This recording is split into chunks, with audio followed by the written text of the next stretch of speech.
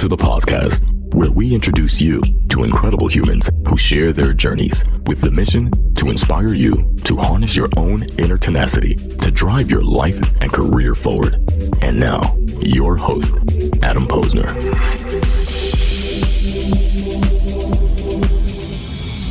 All right, we are back as the day continues. Is it Monday, Heather? I think so. Because I arrived on a Sunday, which threw me off. Whenever I travel on a weekend, it really throws me off on my game. But today's Monday.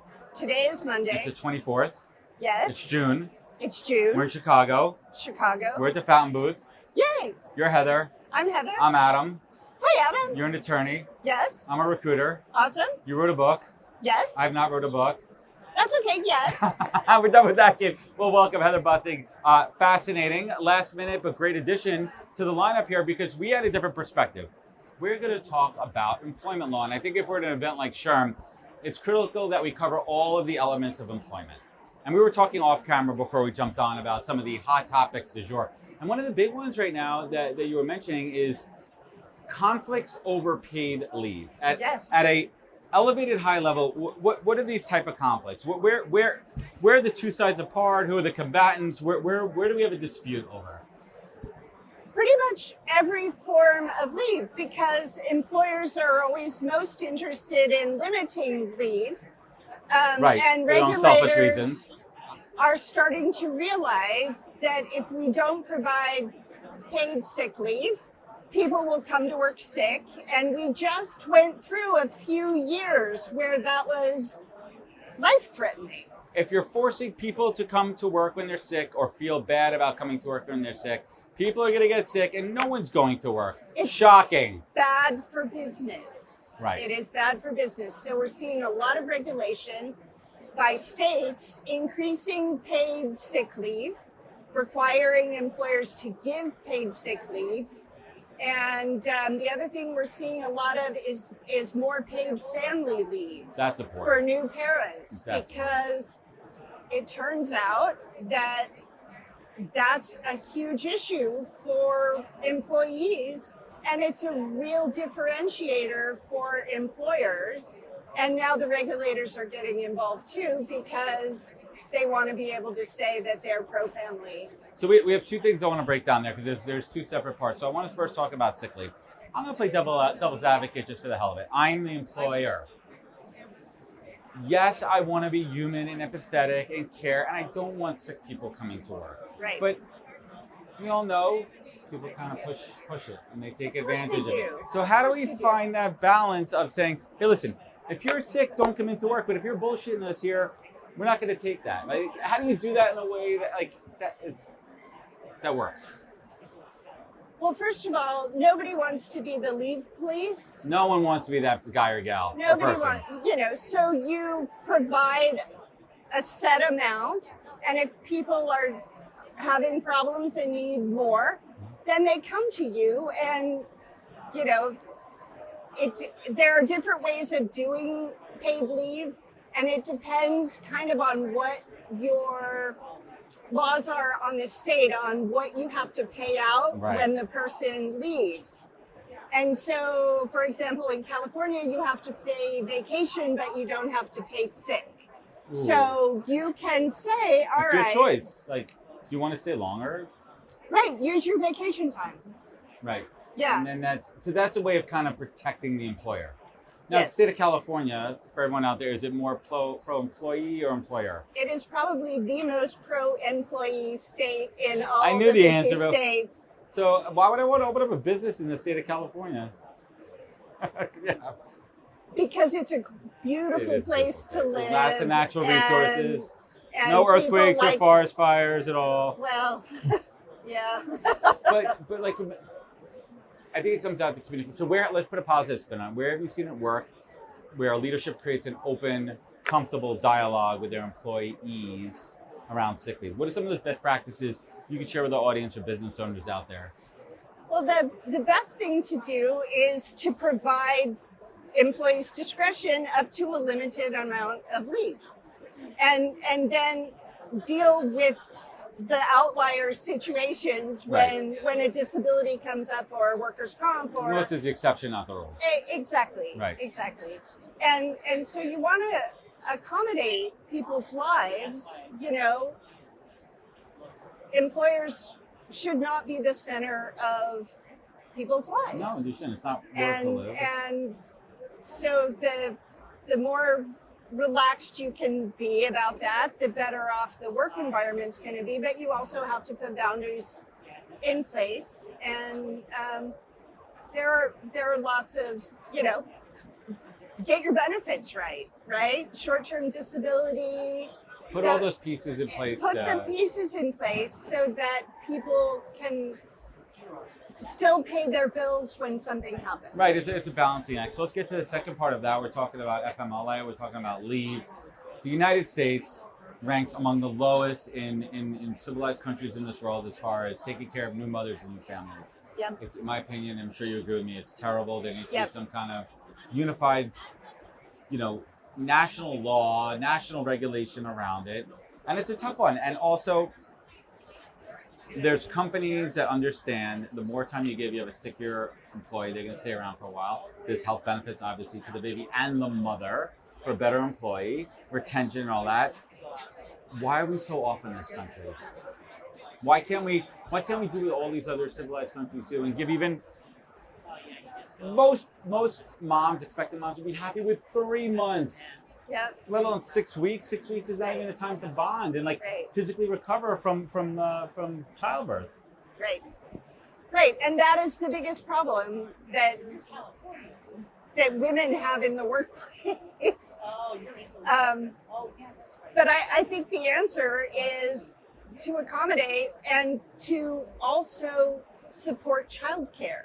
Yes, So that's the other side of it too. either open one up or can have subsidize it, or make it easy for people to come and do their best work. Hey everybody, Adam here. Today's podcast is brought to you by the team at Fountain. Fountain is your full-service, frontline workforce management platform. I have to tell you, Fountain's offerings are some of the most robust I've seen from any product in the space. They offer full solutions for recruiting, hiring, and retention. They are truly a one-stop shop focused on the frontline workforce. They also create informative content using their data.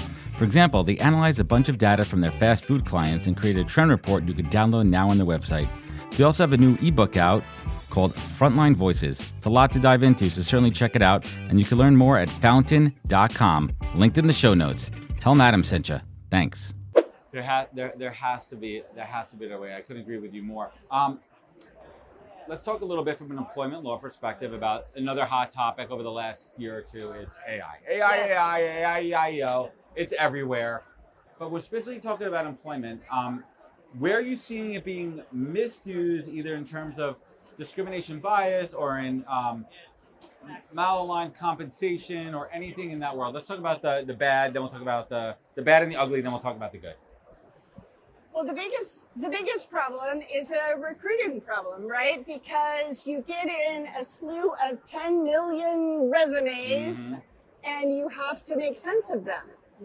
And when you're trying to make sense of them, it would be nice to have something that could go and sort these for us. Right. And bring the stellar ones up to the top for people to look at. And when you put AI and keywords and other things in charge of that, you're going to get it wrong. It's fascinating too, because but then also candidates are plugging in too many keywords because they're trying to game the AI system. Well, because once you've got a computer system, it's hackable. Of course it is. Of course it is. It's a machine. Right. Yes. And so, even the best predictions are going to give you what you've had in the past, and that may not be what you want in the future.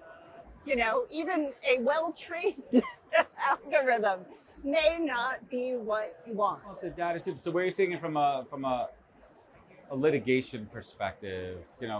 How are potential candidates, how are they knowing that there's something wrong with the system where they might have a case?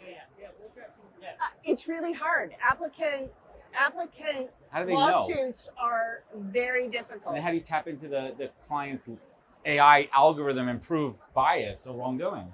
How? Well, you can't. But what's happening is regulators can. And so, for example, California and one other state, it might even be Illinois, now require compensation data along with the EEO level and race and gender. So now they can look and see whether women and people of color are the outliers, and then they can go find out if there's a good reason for that. That's why it's on every job application that you actually look at. Yeah. Let's talk about some of the good stuff that you're seeing from your perspective too, as far as increasing inclusivity, diversity, utilizing AI. What are you seeing on the good side? Pay transparency and pay equity. Start with the money. If you start with the money, money is a proxy for so many things. It is a proxy for power. It is a proxy for status. It is a proxy for importance. Yes. And it tells you, and a budget is a statement of values. So if you're paying people fairly, all sorts of other things are going to fall into place, because if you start with the money, that's what changes the culture. It always starts with money. Heather, I want to talk about something that's really exciting, your new book. Yes. Where's the book? We have the book. There it is, everybody. There's the book right there. I have a book. But how exciting is that, right? This is an accomplishment. Get paid right. Who's this Kent guy? He's the CEO of Salary.com. Ken Blunkett, the CEO of Salary.com. That is interesting. How is it working with somebody else on a book? I didn't expect that question today. It's great. And there are actually chapters written by other people as well. And it started out as sort of a big group project, and then I ended up having a lot to say. So tell us a little bit. Who is this book for? Who should get paid right? Besides everybody, all 20,000 people here. If you want to learn how to get paid right. Right. It is for HR practitioners and people involved in compensation. It's for leadership, so that they understand what pay equity is about, what's driving pay inequities, and how to address it. Heather, what did you learn about yourself in the process of writing this book? What a great question. I learned that I really, really love to write. And I learned that I learn by writing about things. I heard that a lot from authors. You learn the art and process of writing like anything else by doing it. Right. I'm married to someone who doesn't know what he's thinking until he hears himself say it out loud. And he just processes out loud. Does this sound familiar? Yeah. Sounds familiar to me. And I'm not like that. Yeah. I want to write about it. And I've taught law school for about 20 years. And so this filled my teaching bucket. There you go. So what's next for you after this book? I think I'm going to be working on another one on how to solve the problem faster than the current progress that we're making. I love it. So I want you to leave us with some words of advice. What is the single greatest piece of advice that you've received that you take action on every day? It's okay to be yourself. Always. It's okay to be weird. It's good weird. So I checked that box. Yeah, exactly. Awesome. Well, Heather, I want to thank you so much for joining us today. Where could folks pick this book up? Where could they learn more? Right down there at the Sherm store. Well, if they're not here at Sherm and they're watching or listening to this on the podcast, where can they get it? They can order it on Amazon. Just search Get Pay Right. And the official publication date is July 5th. So it will technically be a pre-order. It will be out because the show's not coming out until after July 5th. Well, Heather, thank you so much for joining us, and you enjoy the rest of your conference. Thank you. It was a pleasure. Very Thank you so nice much. to meet you. Wisdom is forever, but for us, it's time to go. Thank you for joining us. Luckily, we'll be back with our next episode soon, jam-packed with more incredible humans. Thank you for listening, subscribing, and sharing. To join the conversation, search the podcast on LinkedIn. And to catch up on past episodes and more info, please visit www.thepodcast.com.